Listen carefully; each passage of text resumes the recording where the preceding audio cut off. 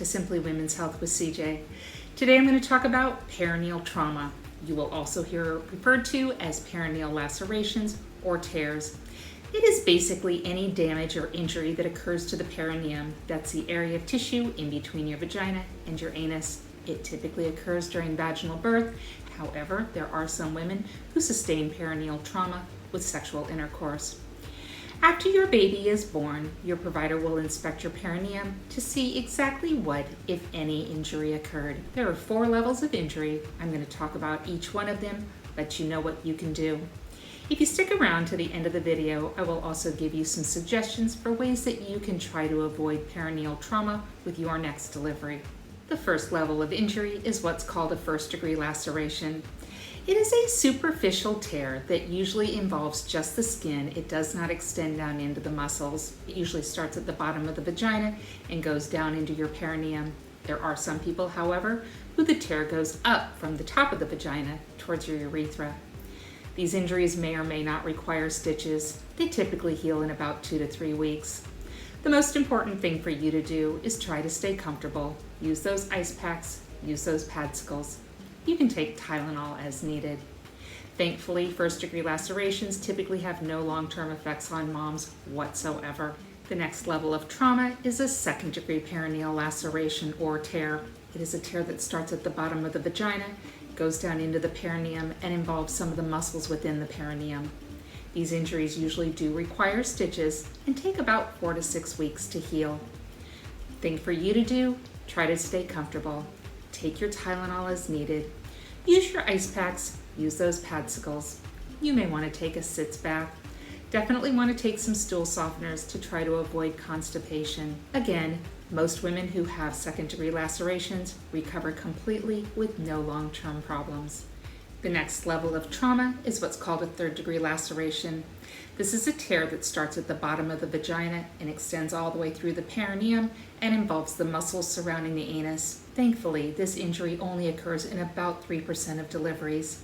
These patients definitely require stitches. Sometimes those repairs are done in the operating room. Recovery is a definite 4 to 6 weeks. The most important thing is to try to stay comfortable. You want to use those ice packs, take sitz baths, use padsicles, use numbing spray. You also want to make sure you're taking your pain medication, but I strongly advise you to avoid the use of narcotics because those can cause constipation. You want to avoid constipation. Make sure you're drinking plenty of water, eating a high-fiber diet, and taking those stool softeners. You're going to want to keep the area clean down there. Make sure you're using that peri bottle every time you use the restroom.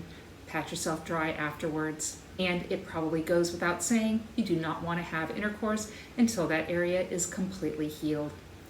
The majority of patients who have third-degree lacerations recover completely with no long-term effects. However, there are a small percentage of patients who will complain about having problems controlling their bowels or their bladder later in life, or they may even have pain during intercourse. If those are problems that you are having, I strongly recommend pelvic floor physical therapy. Finally, the last level of injury is what's called a fourth-degree laceration.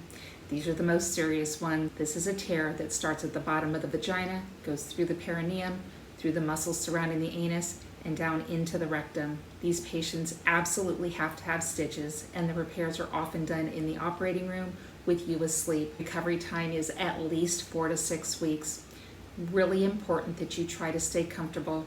Take your pain medication, use ice packs, you can try sitz baths. Some people prefer cool water over warm water in that sitz bath. Use your numbing spray. You also want to try to stay off of your feet as much as possible.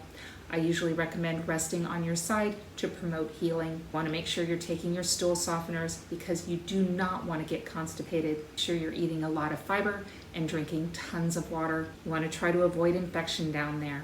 You want to shower a couple of times a day using an antibacterial soap. Pat yourself dry. When you use the restroom, make sure you're using that peri bottle. You will most likely be sent home with an antibiotic. You also want to change your pad frequently throughout the day. If you are showing any signs of infection, running a fever, foul-smelling drainage from your bottom, please make sure you contact your provider right away.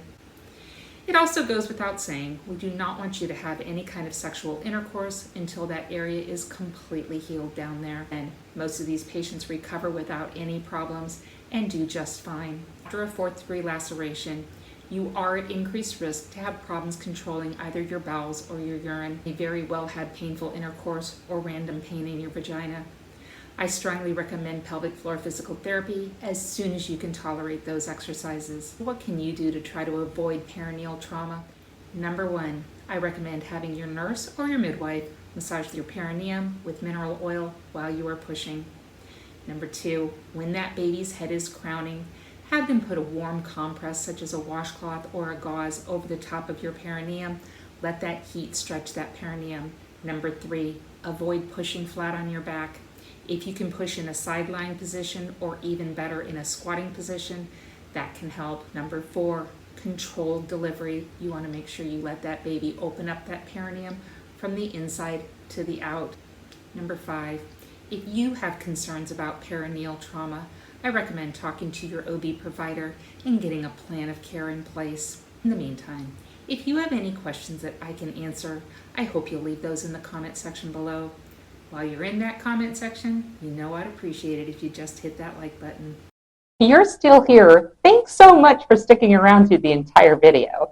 If you feel as though this information has been helpful to you, or you think you know somebody that might benefit from that information provided in these videos, please feel free to like it, share it, and if you haven't already subscribed, I would love it if you did that. Any and all support that you can provide is so greatly appreciated. As always, these videos were not created as a replacement visit with your healthcare provider, rather as a place for you to come for basic, reliable information that is non-biased and hopefully allow you to figure out what questions to ask your healthcare provider at your next visit to best meet your healthcare needs.